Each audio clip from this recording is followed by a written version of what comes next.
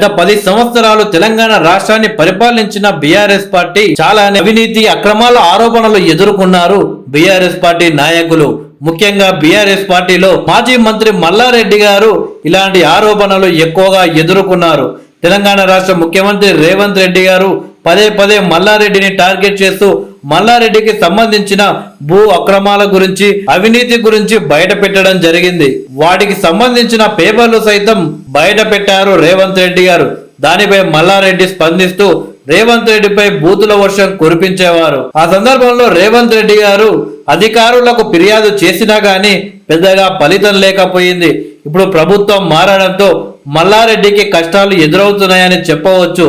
10 సంవత్సరాలు దర్జాగా తెలంగాణలో ఇష్టం వచ్చినట్లు ఉన్న మల్లారెడ్డికి ఇప్పుడు టెన్షన్ మొదలైందని చెప్పవచ్చు. తాజాగా మాజీ మంత్రి మేడ్చల్ బీఆర్ఎస్ పార్టీ ఎమ్మెల్యే అయిన మల్లారెడ్డికి అధికారులు బిగ్ షాక్ ఇచ్చారు. గుండ్ల పోచంపల్లి మున్సిపాలిటీ పరిధిలోని హెచ్ఎండిఏ లేఅవుట్ లో 2500 గజాల స్థలం ఆక్రమించి ఆయన సొంత కాలేజీ కోసం రోడ్డు వేసుకున్నట్లు ఆరోపణలున్నాయి. దీనిపై గతంలో మేడ్చల్ మల్కాజ్గిరి ఎంపీగా ఉన్న ప్రస్తుత తెలంగాణ రాష్ట్ర సీఎం రేవంత్ రెడ్డి గారు అప్పట్లో అధికారులకు ఫిర్యాదు చేశారు. ఈ మేరకు హెచ్ఎండిఏ స్థలం ఆక్రమణపై మేడ్చల్ కలెక్టర్ విచారణ జరిపించారు.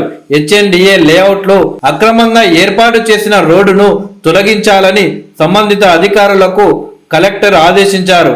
దీంతో ఆ రోడ్డును అధికారులు తాజాగా తొలగించడం జరిగింది. దీంతో మల్లారెడ్డిపై సోషల్ మీడియాలో ఫైర్ అవుతున్నారు తెలంగాణ ప్రజలు. ఇది కేవలం ఆరంభం మాత్రమే.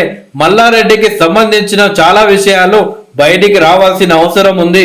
మల్లారెడ్డి గారి అవినీతి కావచ్చు, భూ కబ్జాలు కావచ్చు, చాలానే ఉన్నాయంటూ మల్లారెడ్డిపై ఫైర్ అవుతున్నారు. గతంలో తీన్మార్ మల్లన్న కూడా మల్లారెడ్డికి సంబంధించిన చాలా అంశాలు న్యూస్ లో బయట పెట్టడం జరిగింది.